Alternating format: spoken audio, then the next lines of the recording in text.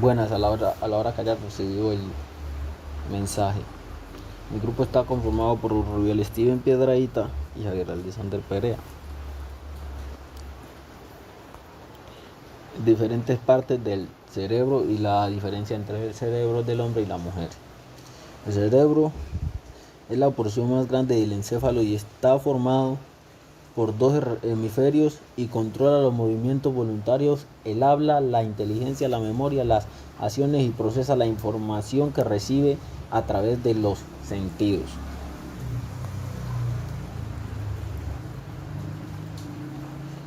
Partes que conforman el cerebro: lóbulo frontal, lóbulo parietal, lóbulo occipital, lóbulo temporal, cerebelo, hipotálamo y bulbo raquídeo.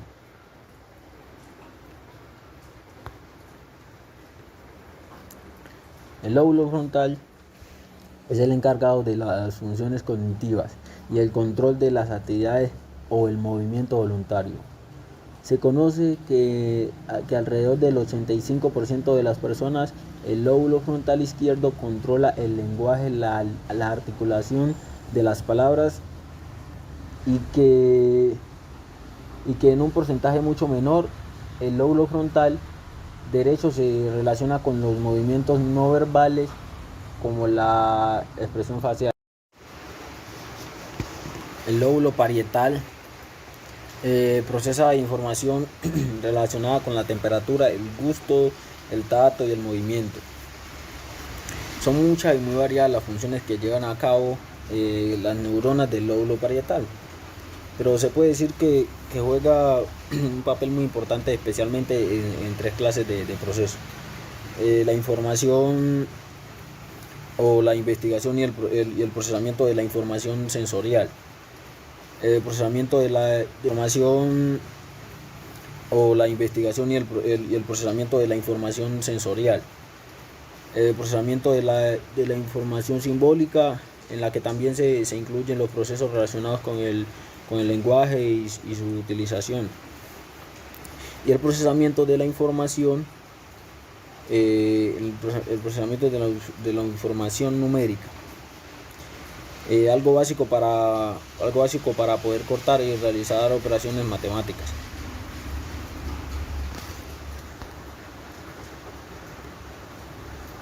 El lóbulo occipital.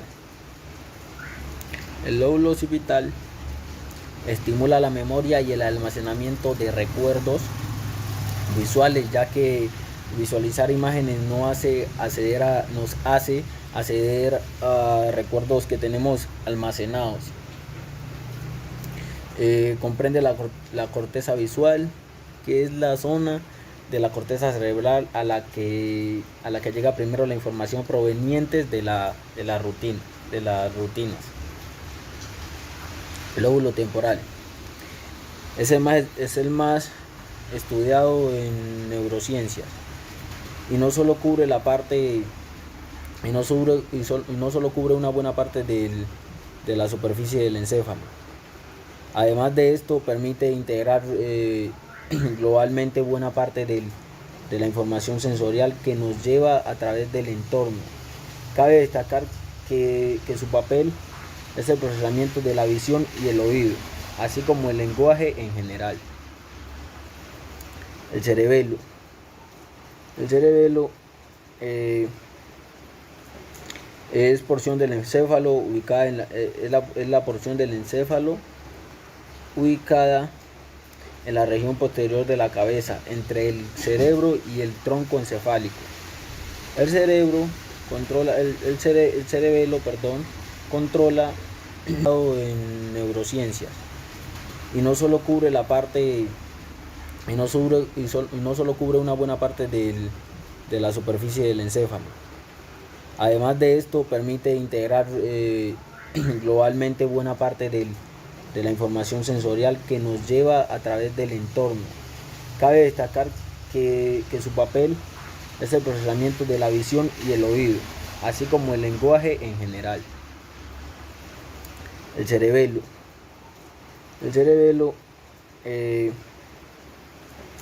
es porción del encéfalo ubicada es la porción del encéfalo ubicada en la región posterior de la cabeza, entre el cerebro y el tronco encefálico. El cerebro controla, el cerebelo, perdón, controla el equilibrio para caminar y estar parado o otras funciones motoras, por ejemplo.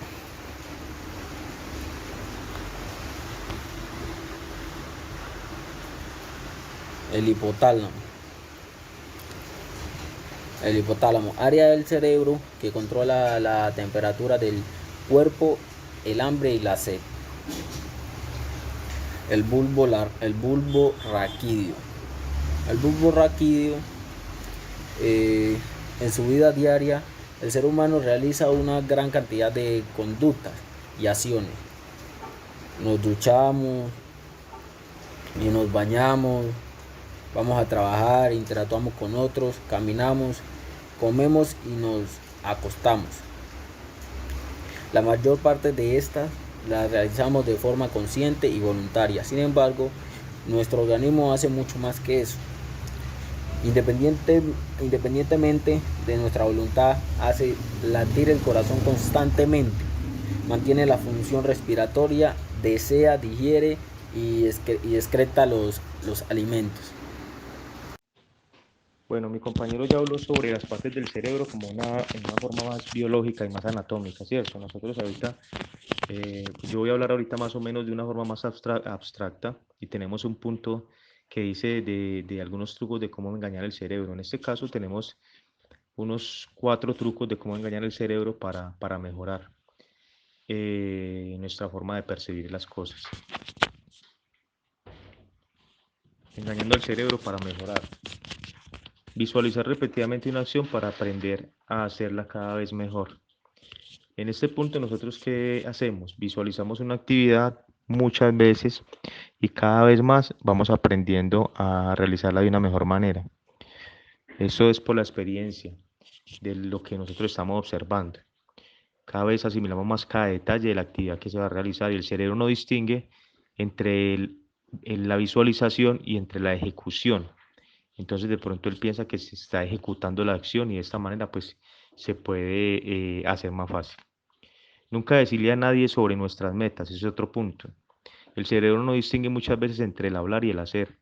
Así que si nosotros decimos mucho lo que vamos a hacer, nuestros proyectos y todo eso, el cerebro puede discernir de que ya se hizo esta actividad y entonces de pronto no la podemos ejecutar porque ya nos desinteresamos por ella. Comprender el dolor ajeno es otro punto.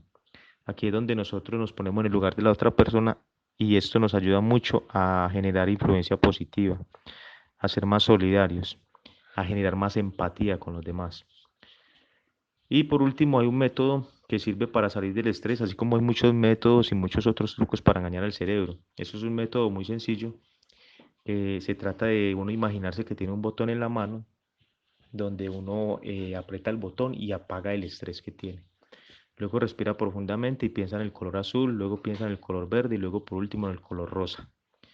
Y por último respira nuevamente y se ubica en el presente, en la realidad.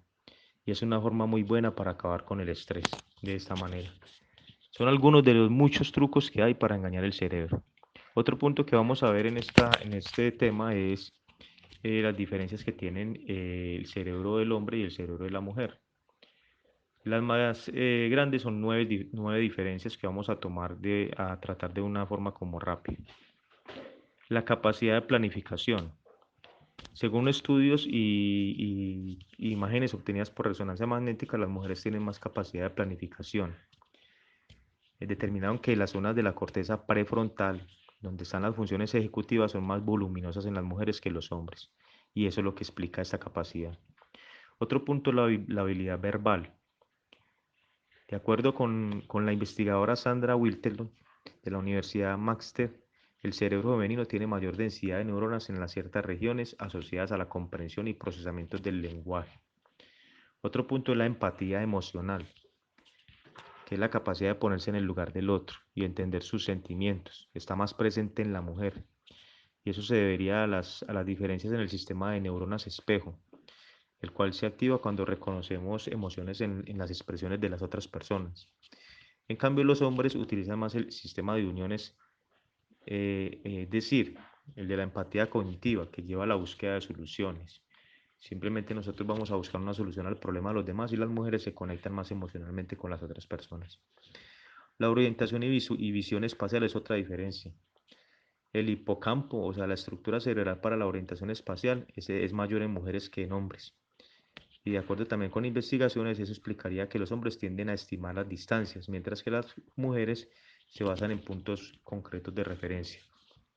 La memoria emotiva es otro punto. O sea, nosotros recordamos más como a grandes rasgos una situación emotiva.